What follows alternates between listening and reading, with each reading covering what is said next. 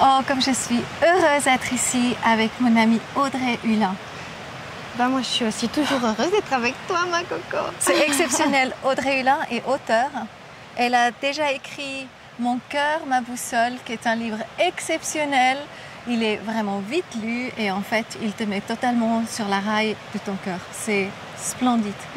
Tu as mis beaucoup d'exemples de toi, beaucoup d'expériences que tu as vécues. Donc, Audrey, c'est très intéressant. À chaque fois que je la rencontre, elle voit des choses qui sont peut-être pas visibles, mais en fait, tu sens des choses chez les gens. C'est un petit peu ça. Moi, je ressens, je suis comme beaucoup d'êtres, en tout cas consciente de mon hypersensibilité. Je dirais même plus que consciente parce qu'il y a une période de ma vie où elle dirigeait ma vie presque. Maintenant, j'ai appris, comme on apprend, on peut dire peut-être dans une banalité, à conduire une voiture. J'ai appris à l'utiliser, à la gérer parce que c'est vrai que j'arrive, si je suis entourée de monde, je peux vite percevoir des choses, je peux sentir l'énergie des lieux, je peux sentir l'énergie des gens, mais on a tout ça. Après, chez moi, c'était assez prononcé depuis toute petite. Est-ce qu'on peut dire que tu es un peu une sentinelle? Une sentinelle? Oui, c'est un sentinelle qui sent en fait les choses. Oui, alors je sens les choses, oui, tout vibre. Je dirais que tout est assez intense. Après, j'ai appris à canaliser parce que c'est très important de canaliser. Mais j'aimerais surtout dire, parce que tu parles de ça, que c'est un outil extraordinaire. Et très souvent, les gens voient plutôt ça comme un handicap de vie, alors que bien au contraire, c'est une force. Sauf qu'il faut prendre conscience qu'on vit dans un monde de densité, c'est-à-dire de matière, de visible, mais aussi d'invisible. C'est ça. Et l'invisible, pour juste donner un exemple pour ceux qui découvrent un peu ce chemin, c'est la caméra maintenant, c'est une télévision. Quand vous parlez avec un ami sur FaceTime, c'est invisible, il devient visible en vous permettant de transmettre votre image à des kilomètres au loin et que l'autre personne puisse vous voir. Et ça fonctionne aussi, sauf qu'on ne le voit pas. Sauf que là, l'énergie est transformée dans un appareil. Et c'est important d'en prendre conscience. Et parce que c'est invisible, il joue un rôle tellement impactant dans nos vies. C'est ça. Que maintenant on est amené à comprendre nos ressentis pour pouvoir trouver ce bonheur, cette harmonie qu'on cherche tous. On ne peut presque plus autrement, je crois, aujourd'hui. Je crois qu'on devient des êtres conscients. Et ça va avec ce cheminement. Quand on devient conscient, ça veut bien dire tout ce que ce mot contient.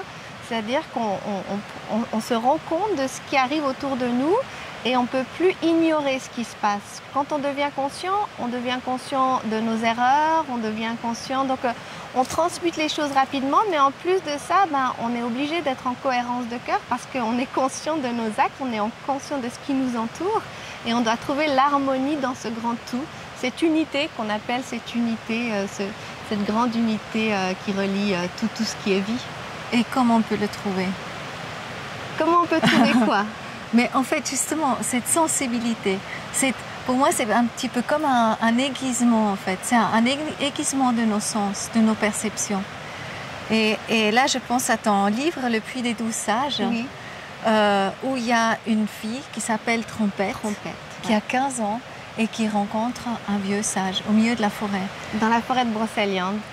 Elle va se promener dans son petit espace ressources parce qu'elle habite pas loin de Brocéliande. Et là, elle se sent appelée dans un petit coin de forêt magique qui s'appelle le Puits des Douze Sages parce qu'il y a une légende en lien à ce puits. Et là, elle y rencontre un vieux sage qui en soi l'attendait et qui lui révèle des choses extraordinaires parce que Trompette est une petite fille qui se pose, comme beaucoup d'êtres humains, plein de questions existentielles. Et elle sent ce besoin de comprendre pourquoi elle est là, ce qu'elle vient faire ici. Et puis elle a la chance que ce vieux sage vient lui transmettre en fait la connaissance, une grande partie de cette connaissance essentielle afin que tout humain, quand il arrive à trouver ces clés-là, il arrive à trouver plus de paix intérieure. Tout n'est plus si trop extraordinaire. Il commence à accepter. C'est bizarre ce que je vais dire, il commence à accepter cet extraordinaire, c'est à accueillir. Magnifique. Qu'on est des êtres en perpétuelle évolution, en perpétuel changement, mais que ce changement, en fait, il est beau. Et qu'on va quitter ce cadre qui, en soi, a tendance à nous restreindre, à nous limiter dans nos capacités. Et quand on franchit la passerelle, on se découvre et on découvre tout plein de parcelles de notre lumière. Voilà, des facettes de notre cristal. Et on tombe vraiment aussi amoureux, si on ne l'a pas déjà été, mais de la nature. Par exemple, là, j'ouvre vraiment bol, une page, et là, le sage, il parle des arbres. Eh bien, les arbres ont un cœur et une conscience. Ils sentent et ressentent. Ce sont des êtres sensibles, tout comme l'humanité, tout comme toi.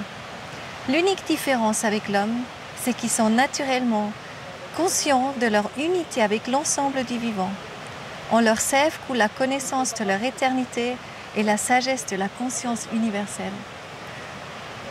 Donc c'est vraiment, comme on dit, ces messages-là, c'est rempli de messages pareils. Alors c'est un conte, mais c'est un conte qui détient des protocoles.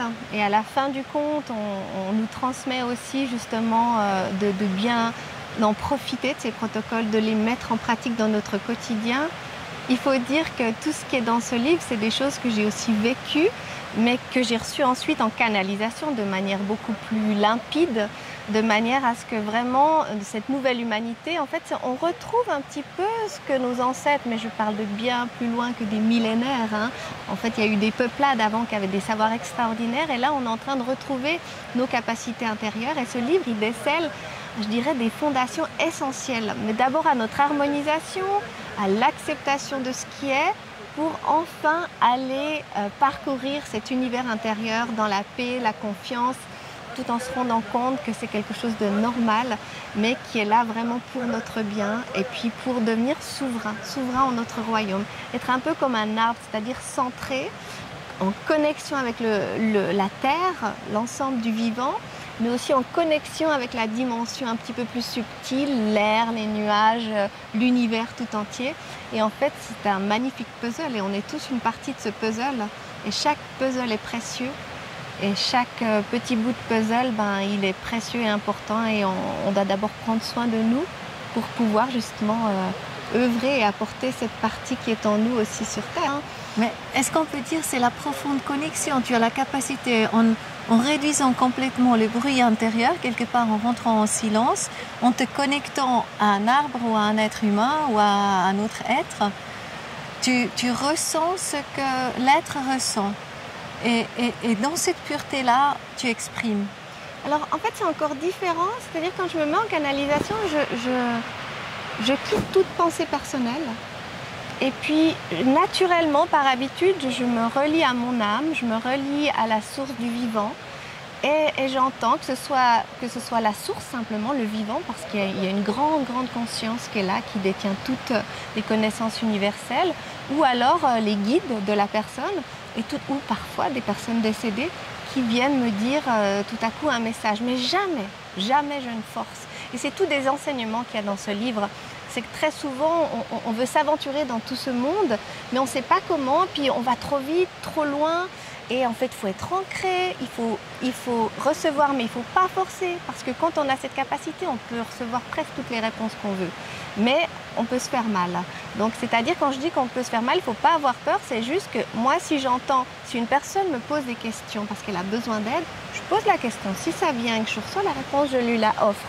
Mais je ne vais pas aller chercher au-delà de cette fluidité, parce qu'on pourrait y accéder, mais si vous faites ça, je l'ai fait par le passé. Donc si ça ne vient pas tout de suite, ça ne vient peut-être pas. Mais est-ce que tu as quand même une protection? Parce qu'on sait aussi, il y a énormément d'êtres qui souhaitent communiquer avec toi et qui ne sont pas forcément des êtres qu'on recherche. Est-ce que tu as une petite prière que tu fais en amont pour vraiment toucher les êtres de lumière et que ce ne soit pas des autres qui viennent nous enseigner? Alors, ce que je fais principalement, c'est que je demande, c'est très simple, je fais une petite prière en disant, voilà, je demande à la source du vivant, moi je dis toujours notre Père, Mère, Créateur de toute vie, de me remplir de l'information que je dois transmettre. Je demande aussi à mon âme, parce que dans ce livre, il y a mon âme, il y a mon guide, il y a des êtres de lumière qui ont œuvré, mais principalement un grand guide en fait. Hein.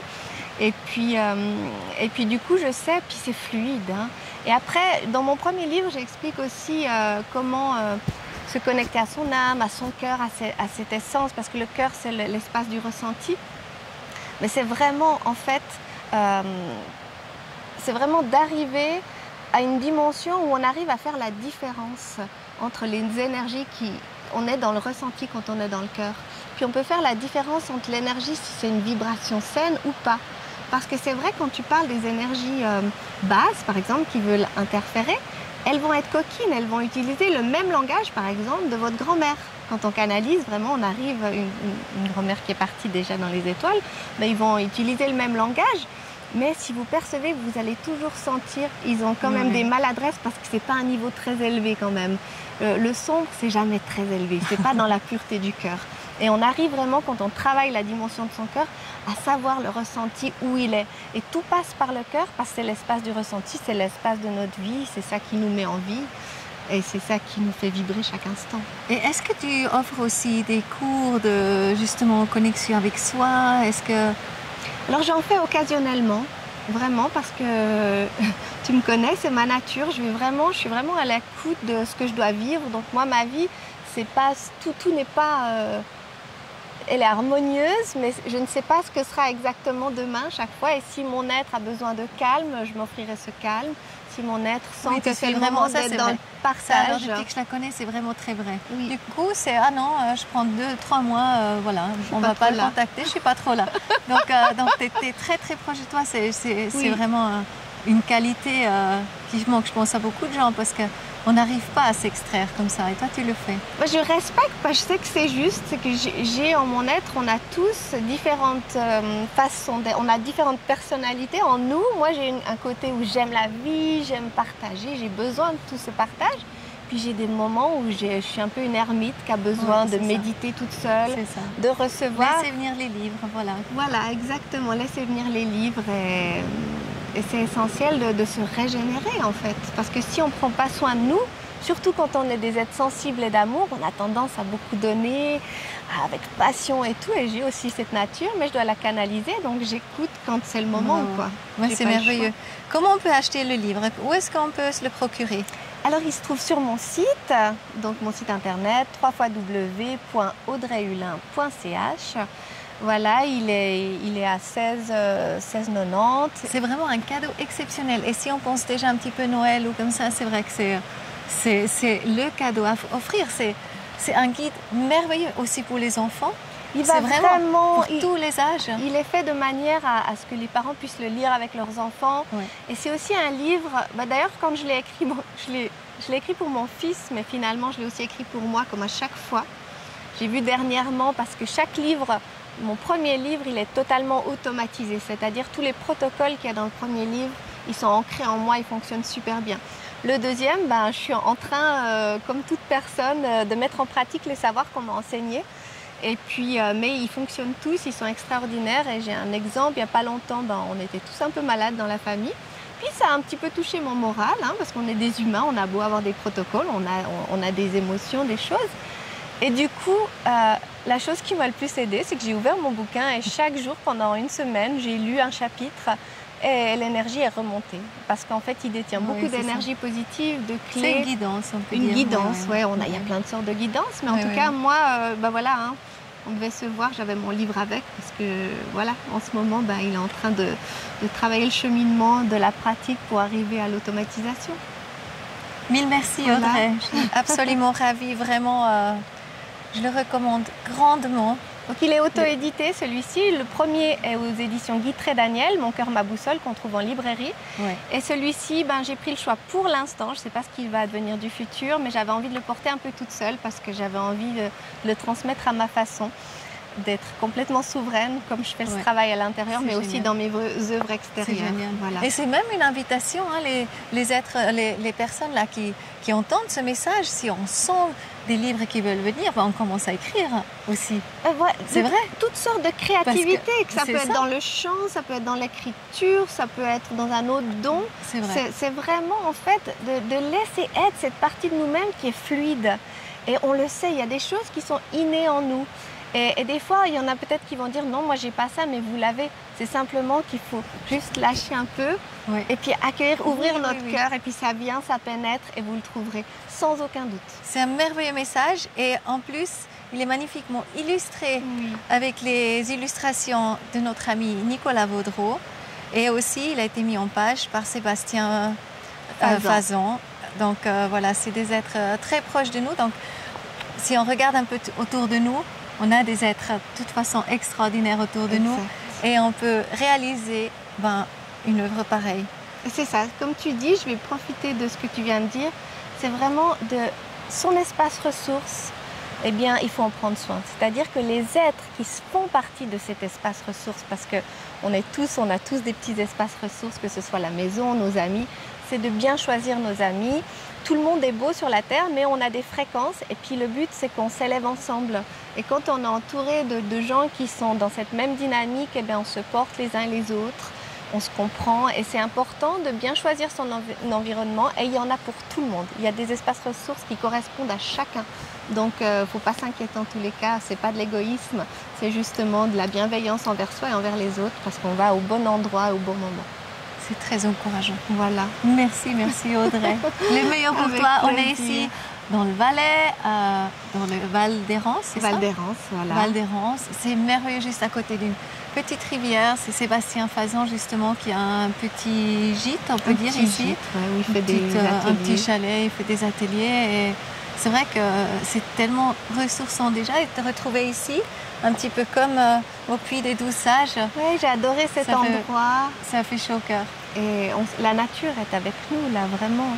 Et puis, je suis certaine que vous l'aurez ressenti. Je pense que vous allez le ressentir même à cet instant dans vos cœurs. On peut vraiment sentir toute cette bienveillance, cet amour. Et c'est un merveilleux lieu ressource aussi.